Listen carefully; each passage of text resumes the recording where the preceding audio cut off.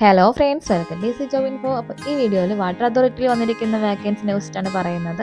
അപ്പോൾ നമ്മുടെ ചാനൽ ആദ്യമായിട്ട് ആരെയും കാണുന്നുണ്ടെങ്കിൽ ഒന്ന് സബ്സ്ക്രൈബ് ചെയ്യുക, ആ ബെല്ലൈക്കൻ കൂടി ഒന്ന് പ്രസ് ചെയ്ത് വെക്കുക. അപ്പോൾ അടുത്തൊരു വീഡിയോസിൻ്റെ നോട്ടിഫിക്കേഷൻ നിങ്ങൾക്ക് എത്രയും പെട്ടെന്ന് എത്തുന്നതാണ്.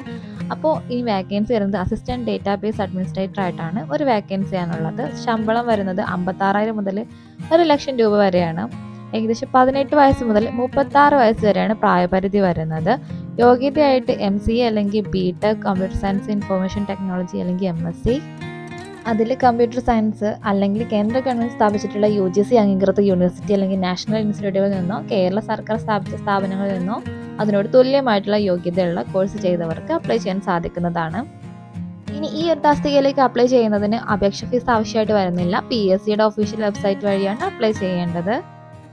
സെലക്ഷൻ പ്രോസസ്സ് നടക്കുന്നത് ഷോർട്ട് ലിസ്റ്റിംഗ്, എഴുത്ത് പരീക്ഷ, ഡോക്യുമെന്റ് വെരിഫിക്കേഷൻ, പേഴ്സണൽ ഇൻ്റർവ്യൂ വഴിയായിരിക്കും. ഇനി ഓൺലൈൻ വഴിയാണ് അപ്ലൈ ചെയ്യേണ്ടത്. നിങ്ങൾക്കറിയാലോ, PSCയുടെ ഒഫീഷ്യൽ വെബ്സൈറ്റിൽ കയറിയിട്ട് നിങ്ങളുടെ വൺ ടൈം രജിസ്ട്രേഷൻ ചെയ്തിട്ടുള്ള അക്കൗണ്ടിലാണ് നിങ്ങൾക്ക് അപ്ലൈ ചെയ്യാൻ സാധിക്കുന്നത്. അപേക്ഷകൾ അവസാനിക്കുന്ന തീയതി ജനുവരി 17 അപ്പോൾ എത്രയും പെട്ടെന്ന് തന്നെ അപ്ലൈ ചെയ്യുക. മറ്റുള്ളവരിലേക്ക് വീഡിയോ ഒന്ന് ഷെയർ ചെയ്ത് വെച്ച് കൊടുക്കുക. അപ്പോൾ അടുത്തൊരു വീഡിയോയിൽ അടുത്തൊരു ഇൻഫർമേഷനായിട്ട് വീണ്ടും കാണാം.